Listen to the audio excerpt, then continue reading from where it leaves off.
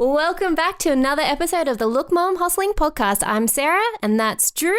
How you doing? Doing well. Feeling fresh. Had a little midday shower, so that's always good. When you've been grinding all morning, had too many coffees, you need to wash off that coffee sweat. It's always good. 3 coffees in. Usually we're about 2 coffees by the time we record a podcast, but 3 full of energy. We've been editing all afternoon. But yeah, ready to roll into the next one. But again, thank everybody for listening. If you catched our previous episode, that was a beautiful first-time guest. First-time guest with I know. Chris Mr. Furlong. What a hustler. He definitely lives up to the Look Mom Hustling name. He does. Had so many projects, has so many projects going forward, but a really cool guy to talk to. Known him for a little bit within the reselling community, amazing with his marathon running, love his Instagram. Yeah, definitely makes me feel guilty for not running more often. I know. And you're saying before, or actually you've mentioned it a couple of times, how you want to at least do 1 marathon.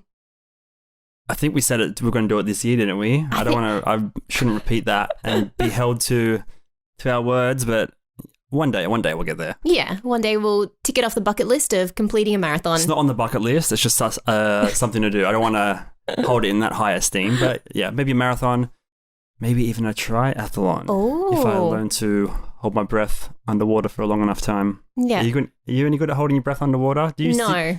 Do you used to go to obviously everyone goes to swimming lessons. They're the worst. Yeah, I'm not the strongest swimmer. I think it's because I grew up in the country towns and we had to travel 2 hours for a beach or to swamp, to a lake to be able to go swimming. And also not the strongest biker either. I'm terrible at riding a bike. We're going to get you sorted out there. Yeah. You need swimming lessons and biking lessons. I can do both, but just very, very badly. Okay. So no triathlon for you anytime soon, because that's 2/3 of a triathlon. I know. I'll try to do the marathon first, and then I'll work my way up to a triathlon if I can. Or you could just jump on my back like that time in Vietnam on the mopeds, the motorbikes. Yeah. Maybe not swimming, but maybe you can get a tandem bike. I seen someone on a tandem bike the other day. Very awkward. I could imagine, could you, us trying to do a tandem bike can't together? Escape one another. Have an argument, you're, stuck behind them. You can't even leave. You have to keep going, unless you can't steer it. Good times. Yeah. But, hey, we're able to do things together. One thing, which I thought we did quite well with, was in a van, in a cooped up van together for 4 days. Van life. Yeah, I know, van life. I don't want to overuse the term too much because I know people say van life, but we tried it for 4 days. Yeah, I understand what you mean. You can't really overuse it if that's what it is, though. It's living in a van or van life. Shorter, 2 syllables. Yeah, that's true. Just the cut up version. But yeah, we tried it for 4 days last week, which was interesting. Yeah, definitely wasn't what I expected, but also not disappointed how it turned out either. Because we've both been camping and stuff a handful of times. You more so, apparently. Yeah, which shone a light with. I didn't actually know as much as I thought I did. Definitely not. No, because it's been a very, very long time since I've also been camping. But the one thing that I did like about the van was how everything was contained within it. Because when you go camping, you have to, especially if you're going at different locations, you have to pack up the tent every night. Yeah. And what we were doing is, and probably for next time, stay longer in one place, but we're traveling and staying at a different campsite every night within the van. So it was definitely easier going night to night because you just chuck everything in and can travel to the next place where with all the normal camping gear, you have to essentially pack it all up, but it's a little bit more. I feel you always forget something as well, that obviously we've forgot many things. Well, I'm going to put it on you because you're the one that packed the van. Yeah. But lessons to be learned for next time. But with the actual camping and actual individual components with sleeping bag and tent and then all the elements, it's easier to forget something as opposed to having it all contained in one van, like you said. So yeah, that's why we went for that, plus the ease of use with having a dog on board. Yeah, and that was another entity all in itself, traveling with the dog. His first time traveling with Archie too. We've done day trips here and there, so mini hikes, things like that. We've gone all the way down to Ulladulla, which is 3-4 hour driving, and he's been fine. But this is the first time full stint. Yeah. And he did a lot better than I thought he would. But I think the fact that we were able to put him in a van, was a lot easier. He's pretty needy. Wherever we are, he's going to settle down at the end of the day. Yeah, 100%. He just likes to follow us around and stuff, which is good. He won't want to go outside or want to leave if we're like chilling inside the van. The second we're outside, he wants to come out. So it's a whole nother basket. So yeah, it was interesting to try that, but there's a lot of gear in this wardrobe right here, camping 100%. stuff. So we never used it, so we were like, do we take it and camp or we get a van? And we just decided took the easier, more expensive route. Yeah, well, and it was actually a lot more expensive when you add in the fuel and all that kind of stuff. The food not having to buy was pretty good, so we had all that ready. Well, let's just get into that one thing at a time then. Yeah. So we hired the van, 4 days, 3 nights. We went up from here in Sydney up to New South Wales, mid-north coast, up to like Crescent Head, and then out into the mountains a bit. Pretty limiting where you can go with a dog though, because 100%. national parks and wildlife reserves and protected flora and fauna and whatnot. So you can't take your dog everywhere, but some places you can, like state forests, you're allowed to have dogs. So we sort of cherry picked the best places that we could take Archie and stuff. But hiring the van in itself, pretty interesting experience. So we hired it from, what was that website called? It was like Camplify, it was called. So it's essentially like Camplify. Camplify, sorry. It was this, I can't even get that right. Yeah, I know. Camplify. So overused, it's like van life. So it's essentially like Airbnb, but you're booking vans. And so some people have like a couple of vans and you get to pick and choose one. Some people are just renting out their own vans that they've done up themselves when they're not using it. So making it a little bit extra cash on the side, or maybe essentially paying off that van build. But from the one that we hired, I think they must have had like 3 or 4 accidents. Yeah. Seems like it's super banged up. So it was and it wasn't that. It was like $90 a night for this one. We went on the lower end of the options, right? We did. Yeah. Were there? I can't remember. Were there heaps of vans available, or like heaps booked out? Like, what are we talking? Like, how many were available? There were not as many available as we liked because, one, it had to be pet friendly. So not all of them were pet friendly, so that limited our options. We also were going midweek, which I think helped with our availability because everyone was booking it over the weekend. It was heaps. It was like there's a primo rate, like it was a bit cheaper weekday. Weekend tariff. Yeah, I think it was like ended up being $20 per night cheaper to do during the weekday, so that ended up helping out. But yeah, because you had to be dog friendly, that limited the options. Location was another one, so we're like an hour from the city, so a lot of them were pick up near the airport. Yeah, or like Hornsby all the way down to Wollongong or heaps far up north, so even more of a drive to pick it up. And then also little things like automatic, off-road, and we wanted to have like a fridge and all that kind of stuff. We're pretty limited. We're cheap, we have a dog, and we can't drive manual. So there was like 2 options for us. Oh, there was like 4, but like 2 of them were just not nice looking. So we booked our one. It was like $90 a night or something like that. Yeah. And yeah, it was pretty interesting to say the least. Yeah. And we rocked up and got it. What were your thoughts when we got there to pick it up? So when I picked it, I was like, this does not look like the photos. It was like pretty banged up, a lot of dents, a lot of missing outside parts. But it's just like a young dude. So you could tell that he's probably traveled it in himself and was just like, trying to make a little bit extra cash on the side. But the fact that it was a little bit banged up didn't give me as much of a worry as, like, obviously we looked after it while driving. Well, you looked after it while driving. Yeah. But the fact that it was a bit more extra banged up and having Archie, you weren't too worried about it getting scratched or anything like that. And if you do add some small scratch, it's probably going to blend into the other damages. But yeah, very, very scratched up. Roadworthy, I'm assuming, had a recent rego update there, but the outside, the cosmetics of the van itself were pretty busted. Yeah. Door lights were always on, so the doors didn't close completely. You said the engine light was on? Engine light was on for 4 days straight. Yeah.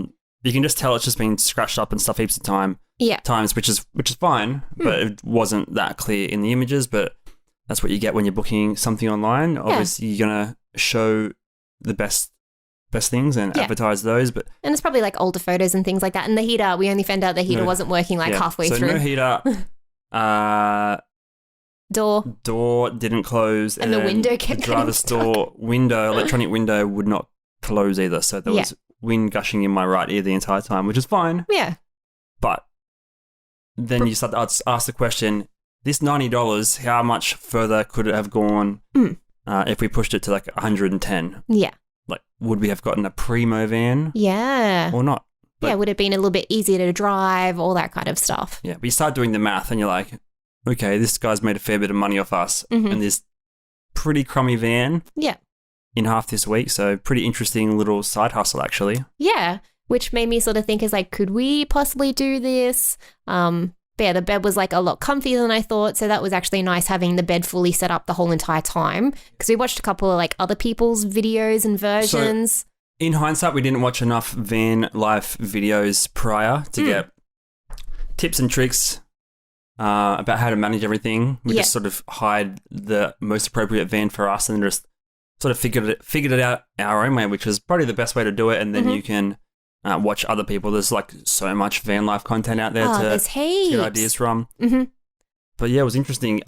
Wasn't comfortable letting you drive at all, so I had to be the chauffeur for yourself and Archie for the entire week stint. Yeah, and Drew's like sort of being honest, I'm not the most confident driver. Like I'm a very cautious driver, but also I'm not a fan of like driving at nighttime or driving in the rain. But Drew is generally just a better driver than I am. So thank you for driving all that way. I would have been very scared to drive the van, but if we do get another one, I'm going to have to actually do it and learn. I did enjoy driving it. It was a different experience. It was like I had a little mission, a little job. Yeah. And our normal car is like a hatchback as well. So it was very, very different being up high. I felt like I was driving on stilts the whole time. And then you got back in when we dropped it off and you got back into the car. You were like, driving this is so weird. Definitely customized, accustomed to driving in a heightened vehicle like a van now. So it feels so weird to drive your little Hyundai 2 inches from the ground. It feels very strange. Still taking corners very cautiously in your car. Yeah.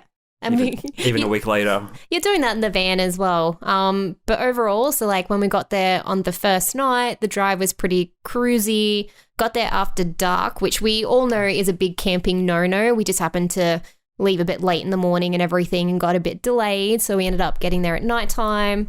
And then I forgot to check the gas, so we couldn't make any food or anything there. Yeah. So should we get on to all your mishaps? There's not many, but they're pretty big ones. Pretty big. So what, like, first night we got there dark, like you said, and you forgot the crucial element for cooking food. Yeah, which not the stovetop. No, which is the butane gas. The gas to fuel the fire. I know. So that was on me. So we sort of left going to bed hungry. You left going to bed hungry? Yes. We went to bed hungry. Archie got his food, which is always our main priority. So he was all well fed and all that kind of stuff. But it was dark. We were tired anyway. Well, there was butane. The guy that owned the van did leave us butane, but it was not enough. It was like almost empty. It was enough to like, yeah. Might have been able to make coffee in the morning, but definitely not enough to make any meal. Yeah. So we weren't having the best first night, nor the first morning hitting the cold, icy road. Yeah. With no coffee in a van. That's borderline roadworthy. Yeah, especially with the no heater. That was a bit of a tough morning. No heater. Yeah, but you actually got some really nice drone footage, which is good. So managed to stop on the side of the road. Got the butane gas. Stopped at another like popular. It must have been someone beach. Like some van life thing must have posted. This is a great place because they were just vans. It's just nomad land up there. Yeah. Literally nomad land. Up down that way. Up down that way. Up down that way. Up down that way. Lovely area. Like beautiful coastlines. Well, I grew up in the coastline, so it's sometimes it seems like you've seen it all, but then obviously not. No. Very nice place. Nature's a very beautiful thing. Is it? It is. Is that a quote by you? That's quoted by you. Yeah. Nature is a very beautiful thing. Said by Sarah. Said by Sarah. Then after I think we just ended up driving around quite a bit because the next place was a few hours away. So after our coffee, and then we. You made beautiful sandwiches, which was really yum. Yeah. Yeah. It was interesting. But yeah, like you said, one of the crucial screw-ups, obviously butane, can't cook. Getting somewhere after dark is not great because you're sort of not disoriented, but you just don't have your bearings. You haven't really like settled down. I feel like you need to like settle down with the sun almost. Oh, you do. After driving all day. At campsites, there's no, I guess, lights, so it's all your own lighting that you bring, and because everybody else is like doing the same thing. Everyone's sort of like tuckered down as soon as it goes dark. Spotlight on each campsite. Yeah, so not a lot of fun trying to find a place or anything. So, but we did it. We got there. Getting after dark, not the best scenario. But also we moved around too much, like you said. We should have stayed in a place for at least 2 nights. Yeah, we were just parking, sleeping, getting up, going. We just had too much to cram in on the 4 days because we had the van. You know, you want to try and see as much as possible. But yeah, not a lot of downtime other than driving. I think if we were going to do it again, and we'll get to it, like the last place we stayed at was probably the nicest out of all of them and definitely would want to stay there for at least a couple of nights. Well, that's because I had a shower though. Yeah, but it, had some op shops, it had some really nice beaches. Yeah, it seemed like a lot nicer to stay in. Really got to plan it out more. Yeah. It was a very mishmash assortment of locations at the last minute, which is fine. We still had fun. It wasn't that far from home. It wasn't like we were super remote or anything. No. And it just it was that extra hurdle to make sure the campsite was dog friendly and the places we were hiking were dog friendly. So it limited. There were so many other places we could have gone and so many other places that were a lot nicer, but like you were saying before, they're not dog friendly, or you shouldn't, a lot of poisonous plants around in that area, you shouldn't go. But yeah, so the second night was Kupanook Forest. Yeah, and that was down that bloody bumpy road. Yeah. Oh, probably should learn how to change a tire on a car, on a van at least, prior to one of these trips, especially in a sketchy van like this. Yeah, but it held up really, really fine. So it was a very, very bumpy road to try and get to the campsite. Got there, nice. A lot of people were just talking to each other. Old mate was yelling out about Paramore. People were talking to each other. What? At a campsite. I know. No, they were going for people just jumping from campsite. Oh yeah, socializing. It's an old person flex. Who needs Yeezys when you got 18-wheeler caravan and the J-Car 2000 14 square meter solar setup for your plasma in your RV. Yeah, we did a generator running. 24/7 generator. Yeah, for the solar panels. Yeah, that was, and then you were really nice. You made a lovely stir fry. Camp stir fry. Mm-hmm. That was super nice. Yeah. And then in the morning, after set everything. Oh, you're right. Let's put coffee on your white shirt. My Nat Geo shirt. For those that are possibly only listening, if you head over to the YouTube, you're able to see Drew spill his coffee on his white shirt. That's fine. But yeah, the next morning, that was actually, you know what? No, it started raining a little bit and sprinkling the night before. Yeah. And we're and it wasn't meant to be raining whatsoever. We checked that because getting bogged in would be the worst thing possible. But that's sort of what happened in the morning. So because it's a free campsite, it's not really maintained by the local council or anything like that. So there's heaps of muddy areas, and just because of the rain, it got super soft and we got bogged in the morning. Not quite bogged in. We just had the back wheel quite flat or bald tires. And just really, we were on a slip and slide, almost aquaplaning on mud. Yeah. In a sense. Sarah got out and pushed though, and we got out of there at 6:30 a.m. I did not think that would work. We were borderline freaking out. We're how the hell do we get out here? And this is the first time we've never been bogged in or anything like that before. And you're get out and push. And I was I'll see what I can do. And I was just pushing, and it just happened to get over that little bit of a hurdle, and we got out, which is good. And then one thing we didn't film. I know, that actually would have been pretty good to film, but what can you do? I think it was a bit too stressful for us to even think about filming that part whatsoever. But then for the rest of the day, you were just driving super slow around mud. Not super slow, but you're cautious around muddy areas. Of course, man. Yeah. It's sketchy. Yeah. Especially in that van. We're not in some crazy four-wheel drive bush basher. No. This is a high ace. Toyota high ace. Yeah. Used to deliver Ozpost parcels. So many Ozpost parcels. Probably. Yeah. But then, after driving out of that rocky area, I think it was Ellenborough Falls we went to. Yep, so we went out to Ellenborough Falls. First thing in the morning, that was a really nice drive up into the mountains. Super lovely.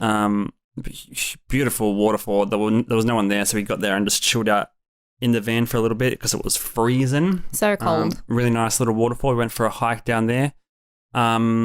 But yeah, anyone that's listening to this, we're actually doing a little vlog video on our main It's True and Sarah channel. So you can stay tuned if you want to see some of the footage and antics we got up to on our little van life mini adventure. Yeah, a little behind the scenes footage if you wanted to see what is we're talking about. Yeah, but Ellenborough Falls is very, very, very nice. Yeah, I can't believe, like, I was so surprised that there was no one there. There was no one there for, like, a good hour. I'm surprised there weren't any leeches. Yeah, that's what, they're in the water, not outside. Leeches can live on plants. They live on plants. Yeah, but it has to be really, really close to water, doesn't it? It's a waterfall. Yeah, but the water doesn't sprinkle all the way out. It splashes and evaporates. And then what happens with the water? It evaporates into the trees.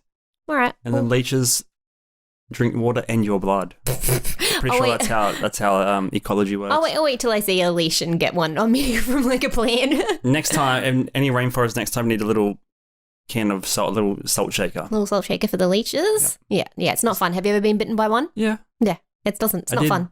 Biology at uni, we had to go in the bush all the time. Ugh. What do you mean? It's gross. Like, if you had to go in gross? Going into the bush? No, and just like what, hunting for Not hunting for leeches. You're there to like measure and record things, but there happen to be leeches there that impede your business. I thought that was like the sole purpose of going. No, we're not going out there for leeches. Right. Going out there to count ferns. Yeah. Anyway, back to the story. Yeah, so we got all the way down to the bottom and like Archie was tugging. He was so excited. He was tugging that whole time. Almost slipped and fell a few. But getting back up is the worst. Getting back up a waterfall hike is always hard, yep. Yeah, because my calves were aching for probably about 3 days straight. Yep. Yeah, very, very, like how many, because it was 30 minutes down and then like 45 minutes up, so it was a lot of stairs. Yeah, really nice natural waterfall though. It was like perfect day for it. Yeah, super lovely. Bit too windy for the drone though, which was unfortunate. But yeah, got to protect that drone. Don't want to get it flown away and fall into some waterfall water. So after that one, we had a lovely drive all the way to Forster. This is probably my favorite place out of all of them. As we were driving, we realized that the place that we're staying at had a shower, which is awesome. And there was like heaps of op shops as well. So we like stopped at Kmart to get like thongs, had like a mini like thrift off and grabbed some. Yeah. That was cool to mix it up because I haven't been thrifting all week and been driving. So it was nice to get that little thrill again. Yeah. But overall, how are your feelings towards it? Obviously, when you did it for a couple of nights, how long do you think we could like do it for with Archie? Like a week, 2 weeks, 3 weeks? I think we could definitely do it for like maybe a week. We'd have to do it in increments, so we'd slowly have to build up just so he can get used to it. So, you know, do 4 nights, 5 nights, 6 nights, trying to extend it every time, and then that way we'll be able to find out his limit. Yeah. Good website. What do you recommend? Camplify? Do you think it might be easier to get in contact with someone directly, or is it just the convenience of having like that service, like an Airbnb service? Yeah, and you get like the hire protection and the insurance and all that kind of stuff through the website. So you have that little bit of a safety net. So you do pay those extra fees, but you're sort of covered on the back end in case anything happens. So, which is always that kind of good one. But definitely want to think about maybe doing our own one. Maybe. Yeah. On the cards. We can potentially hire a second one, give it a second run for a longer period of time, but based on how much that was, if we were to do it for a second time for like twice the length, we're getting close to like a tenth of the cost of just buying your own one anyway. So it's like, at what point do you dive all in and buy your own van? And that's a big question to ask. And it is. I don't know. It's a discussion for another time, I think. Are we ready for that? Maybe we should have some van life guests on here. We can pick their brains and get some advice. Yeah, some direct advice on people doing it long term and that have built their own van and stuff like that. Yeah. Because we can only go off our tiny experience with no butane. That's very true. But that's definitely food for thought. And yeah, it sounds like a good idea to actually get some advice from off professionals or people that are a little bit more experienced than we are. Yeah, but if you guys are interested in our little journey, then you can go over to our other channel. It's Drew and Sarah and watch the video version. Yeah. Little vlog for you guys to watch. But that'll be it for this episode. A little update from us two here at Look Mum, I'm Hustling. We'll be back with you guys in a fortnight with another guest episode, so stay tuned for that. Super exciting, and they'll have their picks for music as well. And their listen up episode with 3 hustle bangers. Yeah. Can't wait. All right, don't forget you can subscribe to the podcast on Apple Music and you can follow on Spotify as well. Don't forget you can see the video version on YouTube and you find us on social media, Instagram, Look Mum, I'm Hustling. Everywhere. The podcast. Thank you guys for listening. We'll see you guys very soon. Bye. Thank you. Bye.